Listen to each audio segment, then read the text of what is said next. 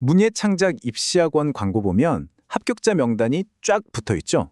누구나 한 번쯤은 보셨을 거예요. 그런데 그 화려한 숫자 너머의 진짜 모습은 과연 어떨까요? 오늘 이 시간에는요, 바로 그 마케팅이 감추고 있는 대형 학원 시스템의 속살을 한번 제대로 들여다보겠습니다. 와, 합격생 10명. 이 한 줄. 정말 강력하지 않나요? 이 숫자를 딱 보는 순간, 아, 여기가 답이구나 하는 그런 믿음이 생기기 마련이거든요. 학생과 학부모의 마음을 사로잡는, 어떻게 보면 가장 달콤한 유혹인 셈이죠. 하지만 잠깐만요. 만약에 한 반에 학생이 50명이었다면 어떨까요? 합격한 10명을 빼고 나머지 40명은 어떻게 됐을까요? 바로 이 질문에서부터 우리가 오늘 파헤쳐볼 이야기의 실마리가 풀리기 시작합니다. 자, 그럼 이제 첫 번째 열쇠로 교실문을 한번 열어보겠습니다. 대형 학원의 수업이 실제로 어떻게 돌아가는지 그 시스템의 핵심을 한번 들여다보죠. 수업 구조는요, 생각보다 엄청 단순해요. 자료 받고 1시간 동안 글 쓰고 남은 1시간 동안 피드백을 받는다. 딱딱 떨어지죠. 겉보기에 굉장히 체계적이고 완벽해 보입니다. 그런데 말이죠. 바로 이 지점에서 이 완벽해 보이는 시스템에 균열이 보이기 시작합니다. 학생 50명에 선생님은 단 2분. 그러니까 선생님 한 분이 25명을 맡는 셈이에요. 이 숫자를 딱 보면 뭔가 좀 이상하다 이런 느낌 안 드세요? 계산은 간단하죠. 1시간, 그러니까 60분을 25명으로 나누면 학생 1명한테 돌아가는 시간은 고작 6분입니다. 1년을 꼬박 다녀도 나만을 위한 집중 피드백 시간을 다 합쳐봤자 5시간이 채 안 된다는 뜻이에요. 이게 바로 그 화려한 광고 뒤에 가려진 숫자의 진짜 얼굴입니다. 아니, 6분이 왜 그렇게 치명적이냐고요? 바로 이 지적과 진단의 차이 때문입니다. 6분 안에는 이 부분은 좀 추상적이네요 같은 피상적인 지적만 할 수 있어요. 하지만 학생이 왜 자꾸 추상적인 글만 쓰는지 그 근본적인 글쓰기 습관을 파고들어서 해결책을 찾아주는 진단은 불가능하죠.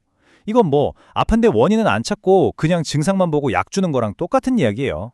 자, 그럼 그 딱 6분을 위해서 우리는 도대체 얼마를 내고 있는 걸까요? 이제 돈의 흐름을 한번 따라가 보겠습니다. 매달 내는 그 비싼 수강료, 과연 우리 아이를 위해 제대로 쓰이고 있을까요? 교육청 자료를 좀 보니까요. 대형 학원들 월 평균 수강료가 95만 원 정도더라고요. 특강 시즌에는 150만 원을 훌쩍 넘기기도 하고요. 한 달에 거의 100만 원, 정말 만만치 않은 돈이죠. 그런데 우리가 낸 그 큰 돈, 다 어디로 갈까요? 이 차트 한번 보세요. 답이 보입니다. 수강료에서 가장 큰 부분을 차지하는 게 놀랍게도 학생 글 봐주는 비용이 아니에요.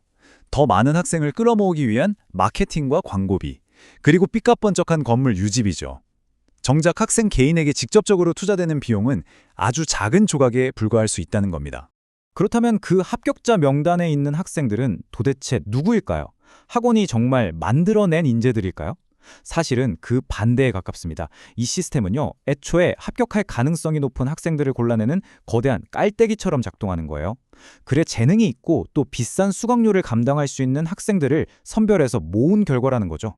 심지어 합격률을 부풀리는 또 다른 비밀도 숨어 있습니다.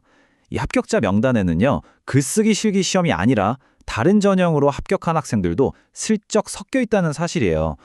자소서 한두 번 봐준 학생까지 합격생 명단에 올리는 식으로 말이죠. 숫자는 이렇게 부풀려지고 진실은 저 너머로 가려지는 겁니다. 이런 대형 학원의 방식은요, 그냥 그 학원 하나만의 문제가 아닙니다. 이게 문예창작 입시 시장 전체를 병들게 하는 구조적인 문제로 이어지거든요. 결국 교육의 퀄리티 자체가 뚝뚝 떨어지는 악순환이 시작되는 거예요. 이 흐름을 한번 따라가 보시죠. 자, 먼저 대형 학원이 어마어마한 마케팅 비용으로 시장을 장악합니다. 그럼 실력 있는 소규모 학원이나 개인 선생님들은 살아남기 위해 가격을 내릴 수밖에 없어요. 근데 가격을 내리면 더 많은 학생을 받아야 유지가 되겠죠? 결국 학생 한 명에게 쏟는 시간은 줄어들고 피드백의 질은 떨어지고 결과는 나빠지는 겁니다. 이것이 바로 바닥을 향한 경주의 비극입니다. 그리고 이 한 문장이 지금 이 시장 상황을 정말 날카롭게 딱 요약해 줍니다. 가르치는 실력이 아니라 보여주는 실력이 선생님의 핵심 무기가 된 거다. 교육의 본질보다는 포장과 마케팅이 더 중요해져 버린 거죠. 씁쓸한 현실입니다, 정말. 자, 그럼 이 복잡하고 혼란스러운 시장에서 우린 대체 어떻게 해야 할까요? 지금부터는 겉으로 보이는 광고가 아니라 진짜 실력을 가려낼 수 있는 4가지 질문을 알려드릴게요.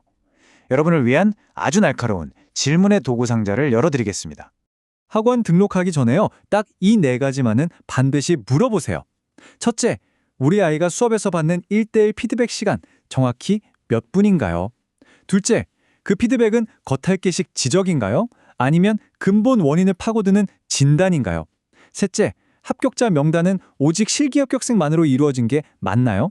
그리고 마지막, 아이가 글 쓰다 막혔을 때 다음 수업까지 그냥 기다려야 하나요? 이 질문에 대한 대답 속에 그 학원의 진짜 가치가 숨어 있습니다. 결국 이 모든 분석은요, 한 학생의 이 한마디로 딱 정리가 될 것 같습니다. 제대로 된 진단을 받고 난 학생의 후기였죠. 처음으로 내가 쓰는 문장이라는 느낌을 받았다. 입시를 넘어서 한 사람이 자기 자신의 글을, 자기만의 목소리를 찾아가는 이 과정, 이거야말로 우리가 진짜로 돈과 시간을 투자해야 할 교육의 본질 아닐까요? 그래서 마지막으로 여러분께 질문을 던집니다. 당신의 돈과 시간, 그리고 우리 아이의 꿈을 어디에 투자하시겠습니까? 눈에 보이는 화려한 합격률인가요? 아니면 한 사람이 평생 가져갈 자기만의 진짜 목소리인가요? 그 선택이 정말 모든 걸 바꿀 겁니다.